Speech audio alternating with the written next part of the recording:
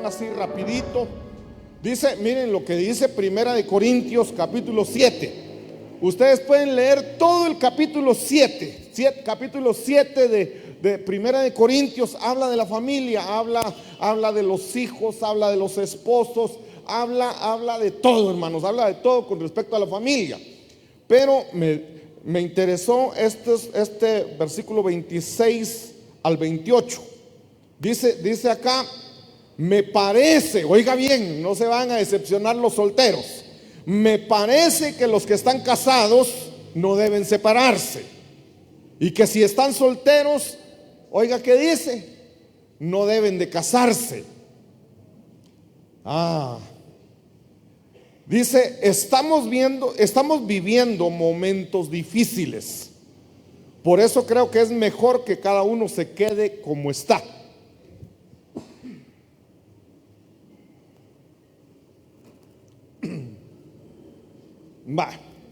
Dice el verso 28. Sin embargo, quien se casa no comete ningún pecado. Y si una mujer soltera se casa, tampoco peca. Pero los casados, ¿qué va a pasar con los casados? ¿O qué pasa con los casados, mis hermanos? Dice ahí, sí lo pueden leer, ¿verdad? Pero los casados, ay Dios mío, pero los casados están fritos.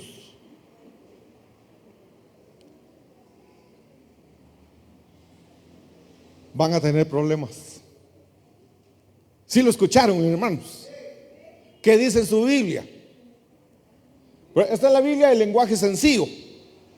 Un error garrafal ahí que puse en minúsculas BLS, pero ustedes saben. Entonces dice, si ya estás casado, quédate así como estás. Si estás soltero, mejor que no te cases. ¿Por qué? Porque los casados van a tener problemas y me gustaría evitárselos. Eso es lo que dice el apóstol Pablo. Entonces, ¿por qué lo dice él, mis hermanos? Todos los casados tienen problemas. Eso no significa que el matrimonio no sea hermoso. La familia es hermosa, hermanos. Y el Señor mismo dijo en Génesis, dice, no es bueno que el hombre esté solo. Y entonces le hizo su ayuda idónea. Y entonces viene la ayuda idónea y se pone a escuchar a la serpiente. Y por estar oyendo a la serpiente, le gustó el árbol, el fruto prohibido. Se lo come y le da a su esposo. Y se echó a perder la humanidad. Quiere decir que desde un principio, desde la primera familia aquí en la tierra, Adán y Eva tuvieron problemas. Si seguimos más adelante, después de Adán y Eva, entonces ya viene Caín y Abel. Caín mata a su hermano Abel. Y si seguimos viendo, está Abraham, problemas con Sara. ¿Saben por qué le pusieron Saraí? Aquí no hay ninguna Saraí, ¿verdad? ¿Saben por qué significa Saraí? Saraí significa, entre tantos significados que tiene, significa capitana. ¿Qué significa eso? La que mandaba. Y entonces por eso el Señor le cambia a Sara. Y podemos seguir viendo cada pareja. Después de Abraham nace Isaac. Y se casa con Rebeca. El primer problema que tuvieron que Rebeca era estéril. Pero después Isaac diciendo, en vez de presentarla como su esposa, es mi hermana.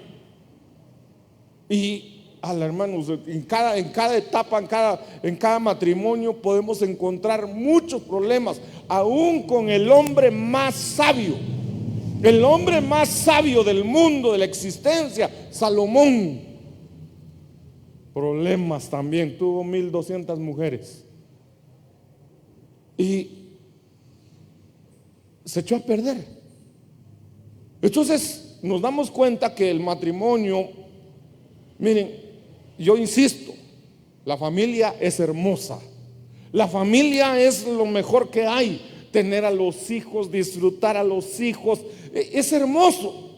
Pero van a haber problemas. Los que ya están casados saben que problemas hay. Aún hasta por cómo destripar la cosa de la pasta dental. Que no me gusta cómo lo deja. Que deja todo sucio a la gran. Que el espejo lo dejó salpicado. Que los zapatos los dejó tirados. Y todo el mundo peleando. Entonces, el apóstol Pablo dice: yo sé que van a haber problemas.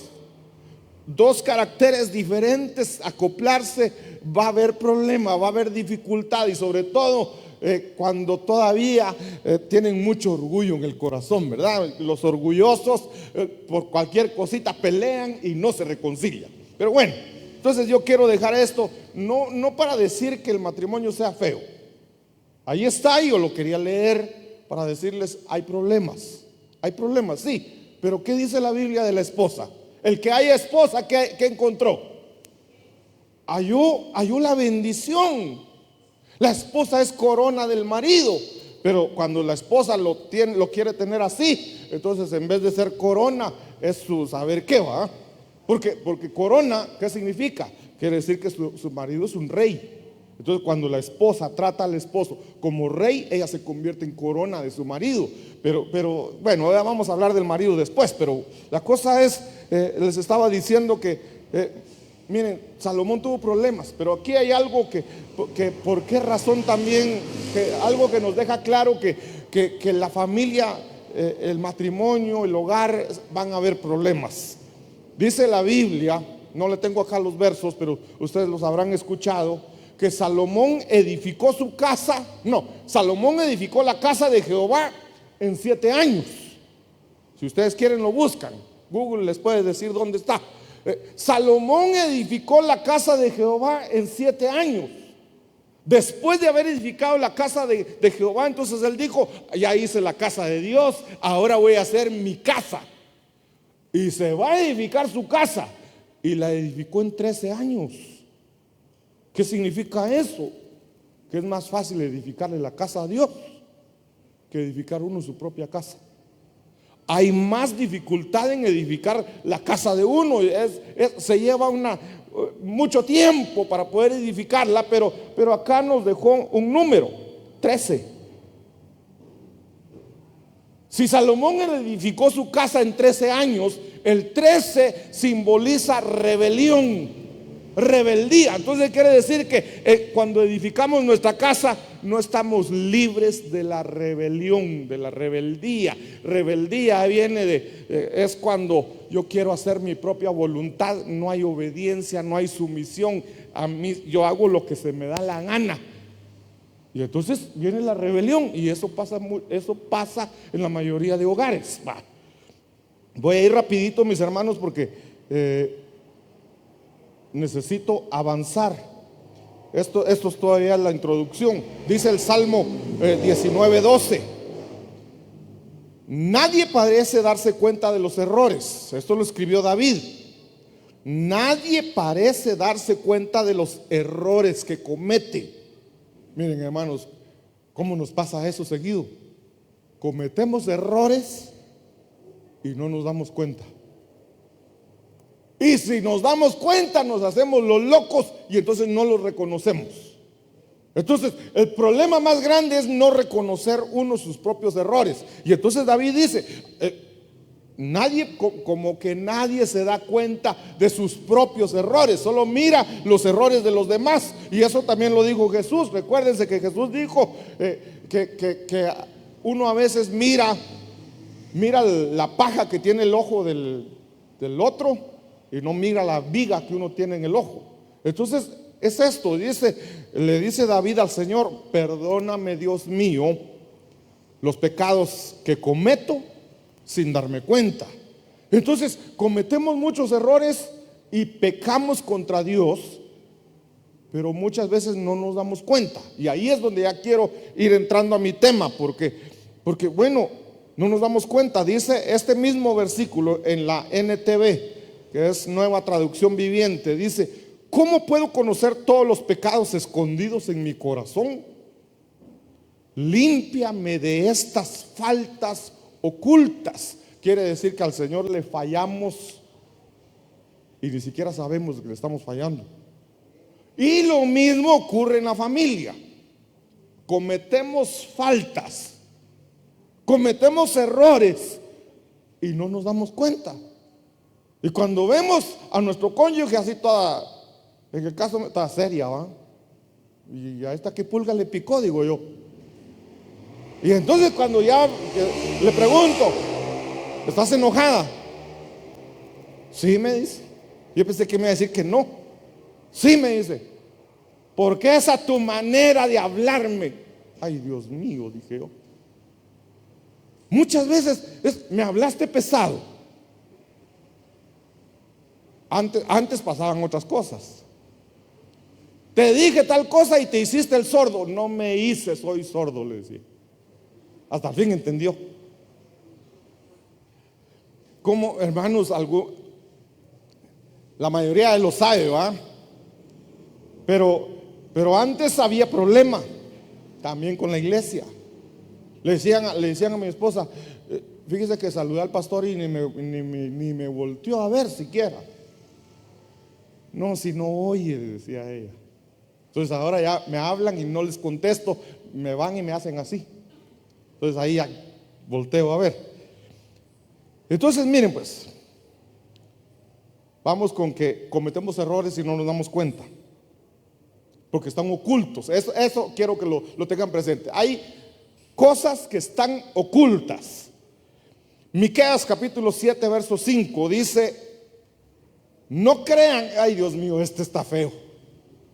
No crean en su compañero, ni confíen en su amigo. Cuídate de la que se acuesta contigo. Hoy sí vine a poner a todos en contra, ¿va? Mejor me bajo. Miren, pero como no soy yo, lo dice la Biblia, se lo vuelvo a repetir: no crean en su compañero, ni confíen en su amigo. Cuídate de la que duerme contigo. Verso 6. Porque ahora el hijo insulta a su padre, la hija se rebela contra su madre, la nuera contra su suegra, y cada cual tiene por enemigos ¿a quiénes? A los de su familia. Entonces los enemigos no están afuera, los enemigos están adentro. Y entonces nosotros podemos decir: ah, no, eso no pasa en mi casa. ¿Están seguros? No. Alguien por ahí diría: no, si mis hijos son los más amorosos que tengo, mis hijos me respetan, mis hijos me aman, mis hijos me cuidan. ¿Cómo? Eso no va. Va, está bien, no va.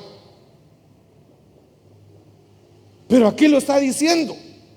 Y por eso entonces dice: cuídate aún de la que duerme a tu lado. Y nos deja bien claro, ¿qué está diciendo? Es toda la familia.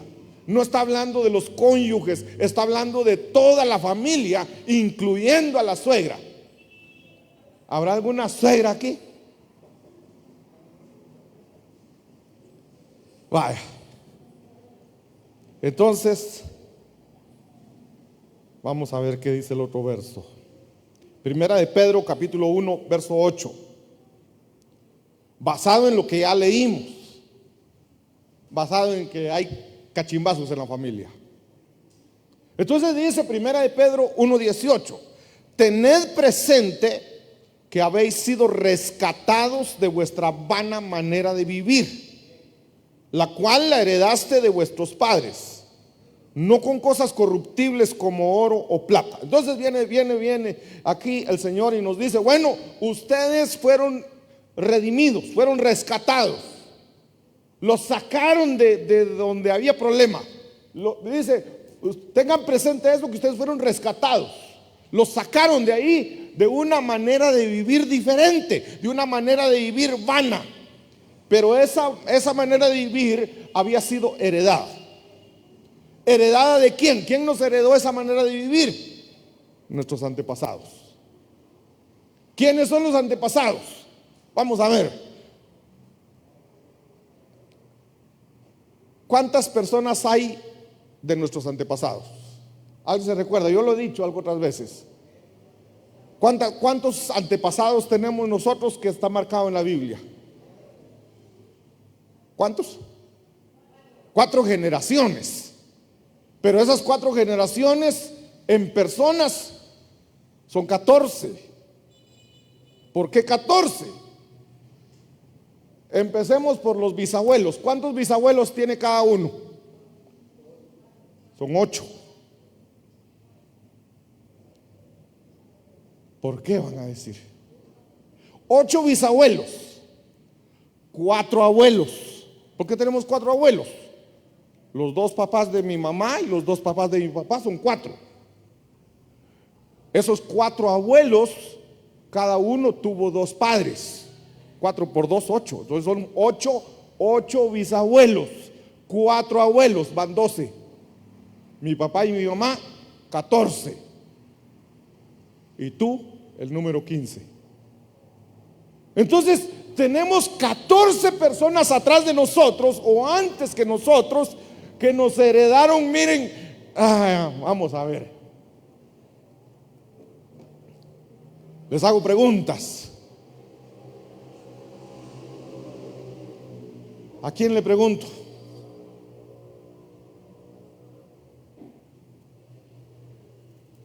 A ver, Jesse, ¿qué heredó Daniel de mí? No estoy diciendo, le dejaste una casa, un carro. No estoy hablando de herencias así. Esas cosas que se dejan de las 14 personas que están antes. ¿Te recuerdas de algo? La manera de hablar. El modo de hablar. Muy bien, gracias, hija. Miren, ahora que mi esposa conoce a mi papá, hasta me dice, el mismo caminado tenés que tu papá. ¿Y acaso que mi papá me enseñó a caminar? Pues. Y me empiezan a decir un montón de cosas.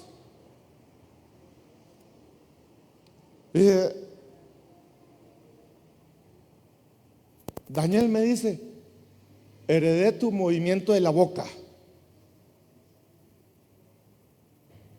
¿Y cuándo se lo digo? Entonces, muchos de nosotros tenemos cosas, y ustedes lo saben, muchos de nosotros tenemos cosas que las heredamos de los papás, de los abuelos, de los tíos. Alguno de ellos tiene algún gesto, alguna actitud, algo que hacen, y uno dice, ¿y dónde lo aprendió? Son herencias ancestrales. Entonces, aquí está diciendo, tengan presente que ustedes fueron rescatados de esa vana manera de vivir que heredaron de ellos. Entonces, el hecho de que yo camine de una forma no tiene nada malo que lo tenga mi papá, no tiene nada malo que yo la haya heredado, pero hay otras cosas que sí. Los pecados que cometía mi papá y que yo los sigo cometiendo, eso es donde dice la palabra, te rescatamos de ahí. Te rescatamos de ahí. Entonces ahorita me estoy yendo por otro lado. ¿Y dónde están los amorreos? Todavía no han aparecido, pero van a aparecer. Miren, pues, aquí entonces son herencias. Herencias de nuestros antepasados. Y el Señor nos rescató de eso. Dice el verso 9, que Él nos rescató con su sangre preciosa, como la de un cordero sin mancha y sin contaminación. Este fue el pago que Él hizo para rescatarnos. Pero entonces dice Miqueas, bueno, habíamos leído Miqueas, vamos a ver. Sí, leímos Miqueas capítulo 7 verso 5, que dice, no crean en su compañero ni confíen en su amigo. Pero esto está hablando de la familia. Este es un error, o es ¿cómo diría yo ahí? Es un pecado, es una herencia que los hijos, ahí está hablando, el hijo insulta a su padre. Eso Eso va del último descendiente hacia atrás. No sé si me doy a explicar. Del hijo al padre, de la nuera a la suegra. No metí al yerno, ¿eh? También. La cosa es del último hacia atrás. Pero Primera de Pedro nos habla al revés. Nos habla de los antepasados que nos heredaron a nosotros. Entonces quiere decir que se da de las dos formas. Por eso tengo esto acá. Se da de las dos formas. Nosotros heredamos de nuestros antepasados, pero también nosotros tenemos cosas propias que van como de regreso, rebotan. Pero entonces, hablando de herencia es un conjunto de bienes, derechos y obligaciones que al morir alguien son transmisibles a sus herederos o a sus legatarios. Eso son cosas materiales. Pero también herencia es rasgos morales, biológicos, espirituales, que habiendo caracterizado a alguien continúan en su descendiente. Era lo que les decía, ¿verdad? La forma de caminar, la forma de hablar, la forma de moverse, la forma de comer, son cosas que se heredan. Esa es la herencia. Entonces, hermanos, todo eso lo podemos nosotros heredar. Pero entonces dice Hebreos capítulo 7, verso 3. Miren, aquí está hablando de nuestro Señor Jesucristo. Hebreos 7 nos habla de Jesucristo y dice que Él no tiene padre ni madre ni genealogía. ¿Qué tiene que ver esto con mi tema? Que nosotros heredamos de nuestros bisabuelos todas sus mañas, heredamos de los abuelos y heredamos de nuestros padres. Heredamos de ellos cosas, hermanos. Imagínense, aquel que tuvo un abuelo que era brujo, heredó cosas que él sembró.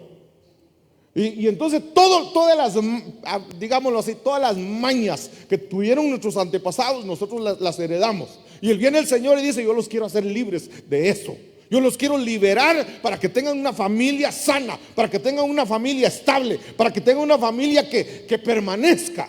Pero entonces, ¿cómo lo hace Él? Él dio su sangre, ya lo vimos. Primera de Pedro dijo que nos fue liberado por medio de su sangre.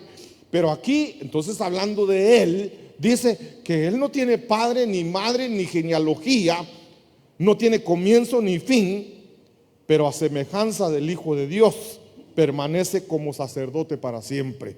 Entonces, Él sí nos puede liberar.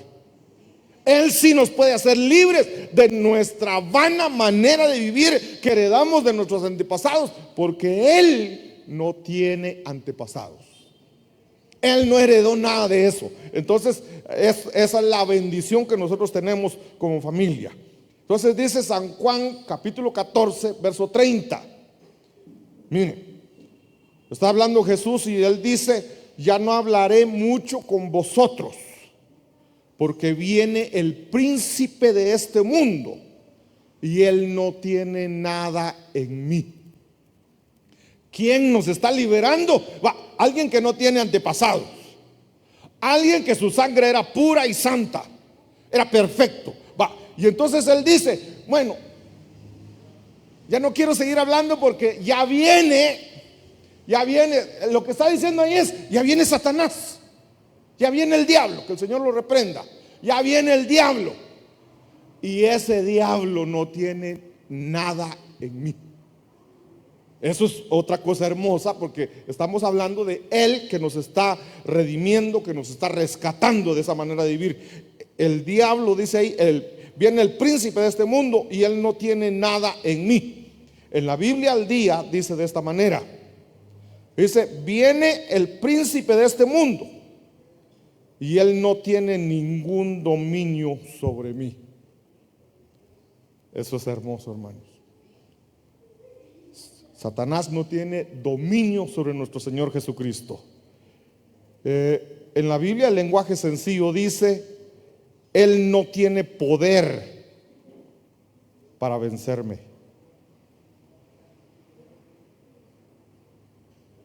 Así que estamos aquí, hermanos, no tiene poder para vencer.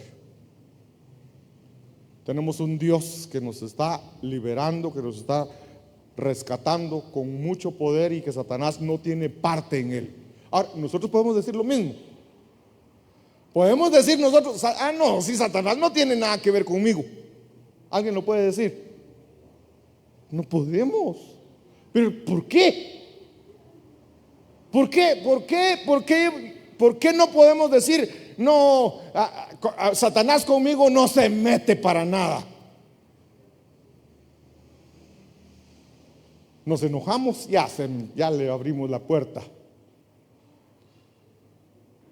Cuando nos conviene, mentimos, y Satanás es el padre de la mentira. Entonces, mis hermanos, nosotros estamos llenos, óigame bien, nosotros estamos llenos de receptores. Miren, el teléfono es un receptor. Esto es un receptor. Recibe señal.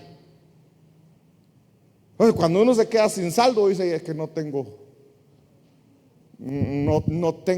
¿cómo dicen? No tengo internet, no tengo datos, porque se quedó sin, pero puede recibir la señal de satélites.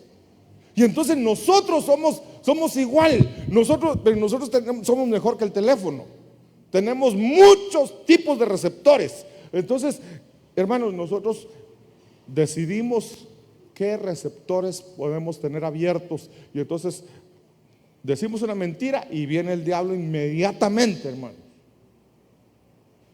a enviarnos más mensajes, porque le estamos poniendo el receptor, estamos como que componiendo la antenita para que se conecte con él. Entonces tenemos muchos receptores, y por eso es que nosotros no podemos decir, el diablo no tiene nada que ver en mí. Pero el Señor quiere liberarnos de eso. El Señor quiere quitarnos todo eso. Y el Señor dice, bueno, compongan sus receptores, cambien esos receptores para que los receptores que ustedes tienen sean receptores del amor de Dios, receptores de la verdad, receptores de la justicia, receptores, hermano, receptores de Cristo. Que estemos conectados con Cristo y ahí recibamos toda la señal que Él nos envía, y cambiemos ese receptor que se conecta con el diablo. Entonces dice Lamentaciones capítulo 5 verso 7. Miren, nuestros padres pecaron, ya no existen, y nosotros cargamos con sus iniquidades. Y alguien dirá, ¿y qué culpa tengo yo?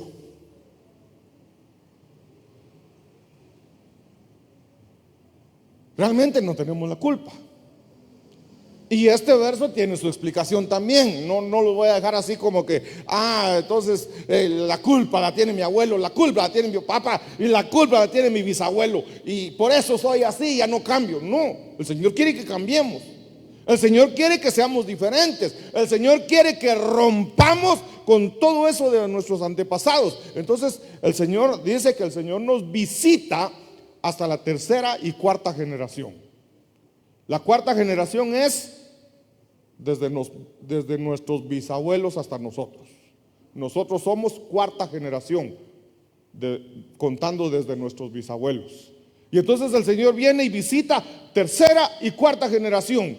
¿Qué hace Él cuando Él visita? Cuando Él visita no quiere decir que te vengo a cobrar los pecados de tus bisabuelos. Ya lo he explicado en otras ocasiones. No es que viene a cobrarnos los pecados de los bisabuelos. Él dice, bueno, el bisabuelo murió con todos estos pecados, no los venció. Él pecó, y ese fue, suponiendo, el bisabuelo era un mujeriego. Entonces voy a revisar cuarta generación, y en cuarta generación estamos todos los que somos hijos. ¿Se recuerdan cómo expliqué eso la vez pasada? ¿Quiénes son los cuarta generación? Ya se los dije, pero ¿por qué no lo saben? A ver si recuerda a alguien. ¿Por qué somos nosotros cuarta generación?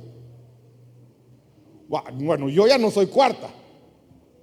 Miren, cuarta generación son todos los que son hijos y que están nada más en calidad de hijos. Cuarta generación. Tercera generación somos todos los que ya somos papás. Somos tercera. Segunda generación son todos los que son abuelos. Entonces, el que ya tiene nietos ya es segunda generación. Y vamos a ver, cuarta el hijo, tercera los padres, segunda los abuelos y primera los bisabuelos. Así es como se ven las generaciones. Pero entonces viene el Señor y dice: voy a ir a visitar, no a cobrar, voy a ir a visitar la cuarta generación. Y entonces viene el Señor y entonces busca a todos los que son hijos. Y entonces se queda viendo ahí hay hijos, ¿verdad? Y entonces los observa. Y él tiene por decirlo ahí, tiene su libro, donde están anotados todos los pecados de los bisabuelos, de los abuelos y de los padres. Y entonces dice: bueno, estos pecados cometió el bisabuelo, los repitió el abuelo.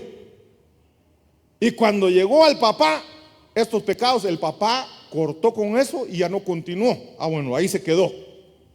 Entonces pero otros pecados que hizo el abuelo, el bisabuelo, el abuelo, el papá, y no lo cortaron, entonces viene a visitar al hijo y se lo queda observando.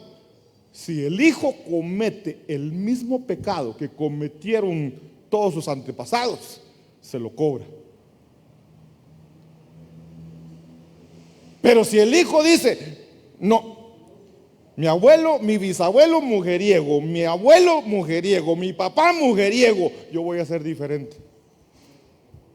Y entonces viene Dios a visitar y se queda observando. Y entonces dice: este cortó, este ya no está cometiendo el mismo pecado, ya no cobra nada. O sea, Dios no viene a cobrar, viene a revisar si hay alguien que lo está cometiendo. Entonces que lo pague. Entonces aquí dice: nosotros cargamos con las iniquidades. El verso 8 dice: esclavos dominan sobre nosotros, no hay quien nos libre de su mano, de las iniquidades. Dice, pero en otra versión, la NBI dice: nuestros padres pecaron y murieron, pero a nosotros nos tocó el castigo, porque nos rompieron con el pecado. Ellos continuaron siendo iguales. Entonces a nosotros nos toca, hermanos, revisar qué problemas tuvieron nuestros antepasados. Y si ese pecado lo cometieron ellos, decir: para nosotros es un alto. Ya no. Ya el Señor Jesucristo pagó el pecado, pagó el precio de nuestros pecados. Yo voy a romper con eso, yo no voy a continuar con eso. Entonces David lo hizo. David dice: miren, bueno, David pecó, cometió adulterio. ¿Se recuerdan? Se mete con Betsabé. Y entonces cuando viene el profeta y le dice: eres tú el que pecó, tú eres el que hizo eso. Entonces David escribe el Salmo 51 y dice, y se arrepiente y dice: Señor, perdóname, he cometido falta, he cometido pecado. Y es ahí cuando David revisa su genealogía. Y hermanos, ¿qué hay en la genealogía de David? El martes hablé, ¿se recuerdan? El martes hablé de un hombre llamado Fares. ¿Quién lo recuerda? 1, 2. ¿Quién era Fares? Fares, miren, está Judá. Judá tiene 3 hijos. Uno de sus hijos se casa con una mujer llamada Tamar. Pero después de haberse casado, su hijo muere y Tamar se queda sin hijos. Entonces la ley decía que si un hombre moría sin tener hijos, su hermano tomaría a la viuda de su hermano y le daría un hijo, y ese hijo sería del hermano muerto. Entonces Tamar tenía derecho a casarse con el hermano siguiente de este que murió. Y entonces Judá le dice, bueno, tienes derecho, cásate con este otro. Y se casa. Y también se muere. Entonces Judá dice, si le doy al tercero, me lo mata también, ¿verdad? Entonces ya no se lo dio. Y entonces Tamar se regresa a la casa de su madre y se está ahí, pasan los años y Tamar, sin recibir al otro muchacho que se llamaba Sela, que era el que le tenía que dar descendencia, y no se cumplió, entonces le iban a decir a Sela, le dicen a Tamar, mira, tu suegro viene aquí a esquilar las ovejas y no te ha dado a su hijo, ¿verdad? No, le dice ella. Y entonces ella se disfraza, no se convierte, se disfraza de prostituta. Y entonces cuando viene Judá, ve que es una prostituta, se va a acostar con ella y ella queda embarazada. ¿Se recuerdan? Y le pide, le dice, déjame tu anillo, déjame, bueno, le dice tu sello, déjame tu báculo y déjame tu cinto como garantía. Pero entonces ella se queda con las garantías, y cuando le dicen a Judá, mira que Tamar está embarazada, ha cometido fornicación y fruto de su fornicación está embarazada. Judá dice, sáquenla y quémenla. Y entonces cuando la están sacando para irla a quemar, ella dice, de quien son estas cosas es el padre de mi hijo. Díganle a Judá que venga a reconocerlas. Y cuando llega Judá, estas son las cosas del padre. Y Judá dice, esas son mías. Entonces, fruto de ese embarazo, nace Fares. Fares entonces es prácticamente fruto de miren, si se hubiera hecho legal, no hubiese sido adulterio. Pero la forma que ella lo hizo es como un adulterio con su suegro. Y entonces ella queda embarazada y nace Fares. Y entonces de Fares vimos ahí que nace no sé quién y no sé cuál y no sé quién. Pero de último nace Booz. Y Booz se casa con una mujer, hermanos, con una mujer bajo maldición, que es Ruth. Y entonces David es hijo, bien, ya, espero que me sigan todavía. De Fares viene Booz. Y entonces Booz se casa con Ruth.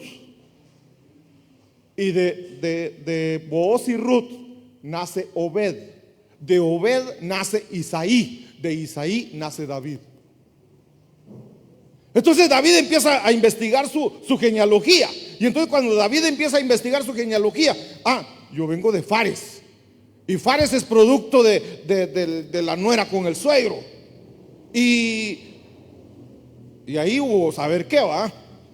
Y entonces dice, voy a investigar a mi mamá. Entonces empieza a investigar por el lado de materno. Vengo de una mujer moabita. Y esa mujer moabita estaba bajo maldición. La maldición era, nunca en su vida podrá entrar al templo de Dios. Y si se pone a investigar más atrás, viene de una ramera. Es así de verdad, la ramera. ¿Cómo se llama? Rahab. Entonces David encuentra en su genealogía a Rahab la ramera, a Fares y toda esa cosa. Entonces cuando él escribe el Salmo 51 dice, Señor, ya entendí. En pecado me concibió mi madre y en iniquidad fui formado. Ahí hay algo más todavía. Lo que David deja entender es, y está claro, por eso Isaí no amaba a David. Isaí tenía 8 hijos, 7 estaban en su casa Y David era el número 8, ese que se vaya a pastorear al desierto, ese que se vaya de aquí porque no lo queremos en la casa. Era porque Isaí lo había tenido con otra mujer en la calle. Entonces David era fruto de un adulterio, y todos sus antepasados habían tenido problemas sexuales. Entonces ahí dice, bueno, en pecado me concibió mi madre. Y cuando él comprende eso, rompe con eso. Entonces necesitamos nosotros conocer y romper. Dice Ezequiel capítulo 16, verso 3: tu raíz y tu generación de tierra de Canaán, tu raíz, tus principios, tu inicio es de tierra de Canaán, y tu padre amorreo y tu madre etea. Ahí, hermanos, aquí está el amorreo. Tu raíz, tu origen, tu nacimiento es de origen amorreo. Entonces, cuando hablamos de origen, es sinónimo de principio, de cimiento, de raíz. Y raíz dice que es parte de una cosa de la cual, quedando oculta, procede lo que está manifiesto.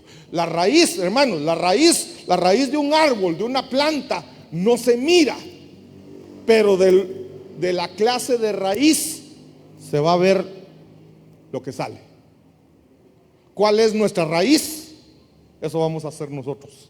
Eso se va a manifestar en nosotros. Entonces dice Ezequiel 16:1: entonces vino a mí la palabra del Señor diciendo: hijo de hombre, haz saber a Jerusalén sus abominaciones y di: así dice el Señor Dios a Jerusalén, por tu origen y tu nacimiento eres de tierra del cananeo, tu padre era amorreo y tu madre hitita. Sigue diciendo el verso 4: en cuanto a tu nacimiento. Miren, primero le dice, tu padre es un amorreo. Y ahora le dice, en cuanto a tu nacimiento, el día que naciste, no fue cortado tu cordón umbilical. ¿Qué está diciendo? El día que naciste,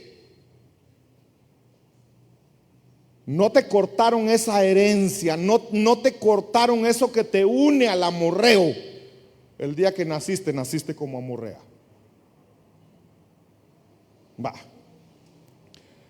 Él sigue diciendo, ni fuiste lavada con agua. Pero aquí me interesa, no fue cortado tu cordón umbilical. Esa palabra umbilical u ombligo es la palabra hebrea shor, que significa cuerda. Es un conjunto de hilos que sirve para atar. Entonces, no fue cortado tu cordón umbilical. Estás atada, estás amarrada al amorreo.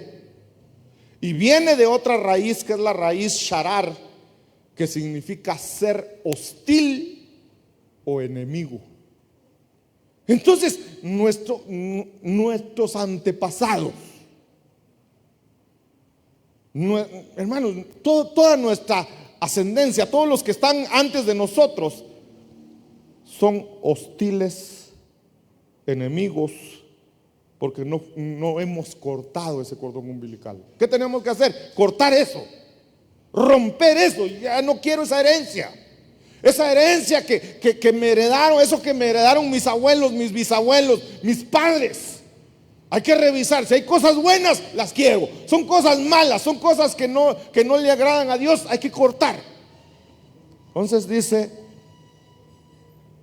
hablando de esa atadura, ese cordón umbilical, la atadura nos liga al pasado. La atadura es un canal por medio del cual la persona sigue alimentándose del pasado. Mientras permanece la atadura, no se puede ser libre, ya que la persona sigue dependiendo del pasado de sus ancestros. Entonces hay mucha gente que nunca corta ese cordón umbilical. Y eso pasa muchas veces con los recién casados. Miren, los recién casados a veces pasan en los hombres, a veces pasan en las mujeres y a veces pasas en los dos a la vez. El hombre dice: esa comida no me gusta, prefiero como me la hacía mi mamá. Y la otra dice: me voy con mi mamá. Cualquier cosita, ya va con la mamá. Hermano, se casan, olvídense de la mamá. Aunque la mamá diga: no me olvides. No, es que una cosa es honrar a los padres. Eso lo hemos dicho. Honra a tu padre y vela por ellos, cuida por ellos. Pero recién casados y quieren estar todos los días metidos en la casa de la mamá. Y quieren llevarse a la mamá a la luna de miel. No, hay que cortar, pero ese no es mi tema.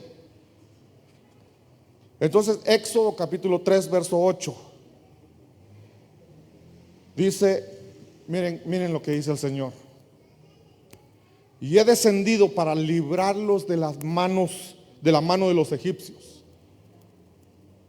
y para sacarlos de aquella tierra a una tierra buena y espaciosa, a una tierra que emana leche y miel, al lugar de los cananeos, de los hititas, de los amorreos. Entonces, miren, así como Dios hizo para liberar a su pueblo de Israel de los egipcios, asimismo Dios puede liberarnos de los amorreos. Dios liberó a su pueblo, lo liberó de los egipcios, lo hizo con brazo poderoso, con brazo fuerte. Y aunque Egipto, Faraón, no quería, terminó cediendo. Así, con ese mismo poder, Dios puede liberarnos de los amorreos. ¿Quiénes son los amorreos? Y ahí ya voy entrando al tema. No se preocupen, ya cuando quedan 5 minutos estoy empezando. Miren pues, los amorreos son aquellas raíces que están ocultas en el alma. O sea, nosotros tenemos raíces de amorreos en nuestra alma. Y están ocultas, pero salen a luz con nuestras actitudes. Dice, pero se manifiestan claramente por medio de palabras y actitudes. Estas raíces fueron sembradas genéticamente por los padres. Entonces dice Génesis 10:15: Canaán engendró a Sidón, su primogénito, y a Het, y al Jebuseo, al Amorreo, al Gergeseo, al Heveo, a todos los feos. Y después las familias, miren qué pasa con los amorreos. Las familias de los cananeos fueron esparcidas. Entonces, ¿cómo podemos saber nosotros si tenemos raíces de amorreo? Cuando la familia se esparce. Eso es cuando la familia, hermanos, miren, ¿qué significa esparcir? Mejor voy más rápido. Esparcir viene de la palabra hebrea putz, que significa desertar. Eso es abandonar obligaciones. Donde hay una familia y los miembros de la familia no están cumpliendo con sus obligaciones, hay raíces amorreas. Entonces, aquí todos cumplen con sus obligaciones, ¿verdad?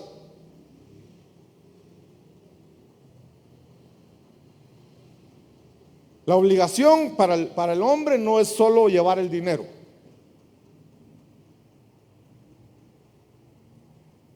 Dice, es un destruidor. También significa disipar.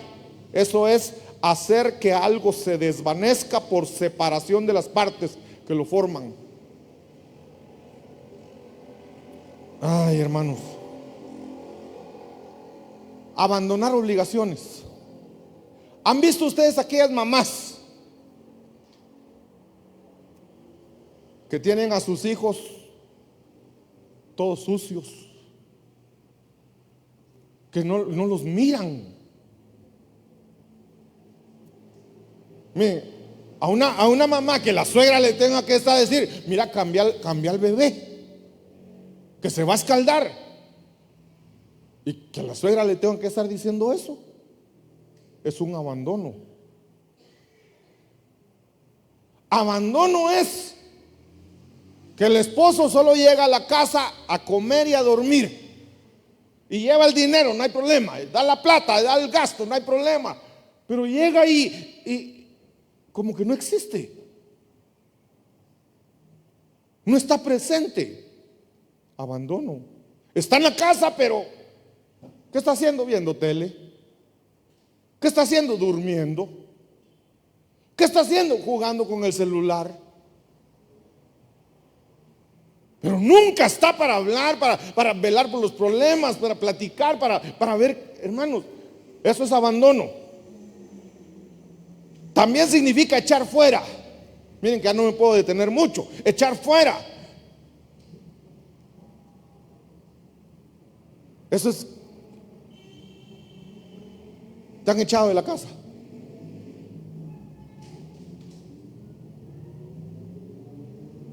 Sí, miren. Si te volvés a portar mal, te vas. Amorreo. Agarra tus cosas y andate. Amorreo.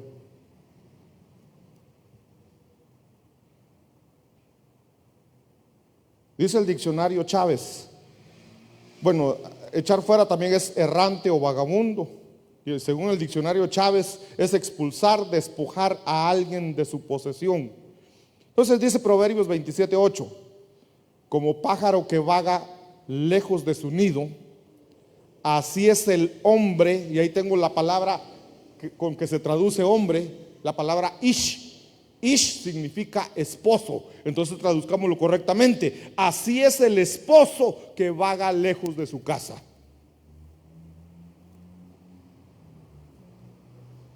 Entonces hay esposos que son vagabundos, que no quieren estar en su casa, que prefieren estar en cualquier lado menos en la casa. Ezequiel 16:44: he aquí, todo aquel que cita proverbios repetirá este proverbio acerca de ti, diciendo: de tal madre, tal hija. Así es como es la nana, así es la hija. Igual que la nana. Entonces dice el verso 45, para ver de qué se trata eso: eres hija de tu madre, que aborreció a su marido y a sus hijos, y hermana de tus hermanas, que aborrecieron a sus maridos y a sus hijos. Vuestra madre era hitita, vuestro padre amorreo. ¿Qué está diciendo? Que la mamá aborreció a su esposo y aborreció a sus hijos, y así salió la hija. Heredó. Este mismo verso en la Biblia Jerusalén, segunda edición, dice: hija eres, sí, de tu madre, que dejó de amar a sus maridos. ¿Cómo es eso? Sus maridos. Como aquella que tenía 7 maridos, ¿verdad? Y a sus hijos, y hermana de tus hermanas, y que dejaron de amar a sus maridos. O sea, así como fue la mamá, lo mismo repite la hija. Martín Nieto: eres digna de tu madre, que abandonó a su marido y a sus hijos, digna de tus hermanas, que abandonaron a sus maridos y a sus hijos. Vuestra madre, y ahí dice que es amorreo. Hermanos, revisemos cómo fueron nuestros antepasados y cortemos con eso. ¿Dónde moran los amorreos, Padre Santo? ¿Cuántos se quedan? ¿Dónde moran los amorreos? ¿Dónde viven? Génesis capítulo 14, verso 7. Entonces volvieron en Mispat, es decir, Cades, y conquistaron todo el territorio de los amalecitas, y también a los amorreos que habitaban en Hasezón Tamar. Eso es amorreo. Miren, amorreo viene de la palabra hebrea amar. Amar, o sea, en hebreo se escribe amar, pero no es el amor de nosotros, pues. no es en español. En hebreo se escribe amar y se traduce que es hablar en contra de. Es vanagloria. Y vanagloria es jactancia, ahí con errores, pero significa alabanza propia. ¿Dónde habita el amorreo? Donde hay alabanza propia. Hermanos, donde los cónyuges, en vez de hablar bonito del cónyuge, se la pasa hablando solo de uno mismo. Alabanza propia.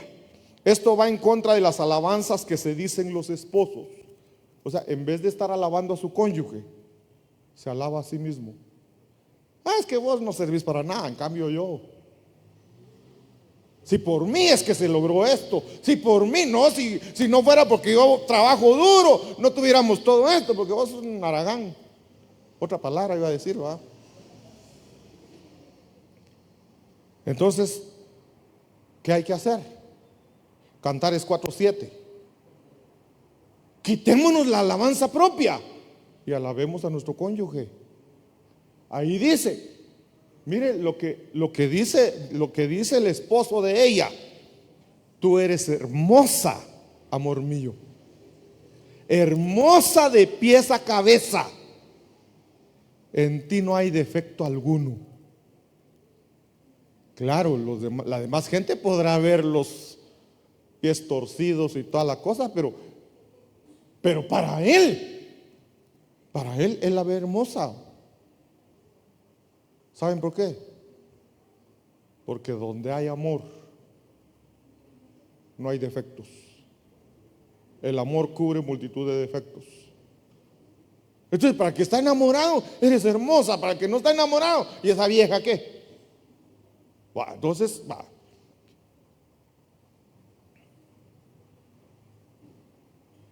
el empate. Cantares 1:16. Tú eres tan guapo, amor mío, eres tan encantador, el pasto fresco y agradable es nuestro lecho. Eso debe existir en los matrimonios, hermanos. Según el diccionario Hitchcock, el amorreo es también rebelde, amargo. Rebelde es que faltando a la obediencia debida se rebela. Amargo es áspero y de genio desabrido. Termino con este verso. ¿Cómo quitamos al amorreo de nuestra vida? ¿Cómo eliminamos al amorreo de nuestra vida? Entonces dice Josué 24:15: y si no os parece servir bien al Señor, escoged hoy a quién habéis de servir. Si a los dioses que sirvieron vuestros padres que estaban del otro lado del río, a los dioses de los amorreos, en cuya tierra habitáis, pero yo y mi casa serviremos a Jehová. ¿Cómo? Miren, hay muchas maneras, pero ahorita solo me da tiempo de decirles. Hay muchas formas de quitar al amorreo, pero una es sirviendo al Señor, otra es alabando a nuestro cónyuge. Entonces, revisemos, mis hermanos, no le demos lugar al amorreo en nuestra casa. Hermanos, no huyamos de nuestra responsabilidad, porque el amorreo no cumple sus obligaciones. En el matrimonio, en la casa, hay muchos derechos, hay muchas obligaciones también. Entonces cumplamos nuestras obligaciones para tener derechos, y así sacamos el amorreo de nuestra casa. Padre que estás en los cielos, Señor, gracias por tu palabra. Gracias, Señor, por tu enseñanza, y que esta palabra se haga rema en nuestro corazón, Señor, en el nombre de Jesús. Jehová te bendiga y te guarde. Jehová haga resplandecer su rostro sobre ti y tenga de ti misericordia.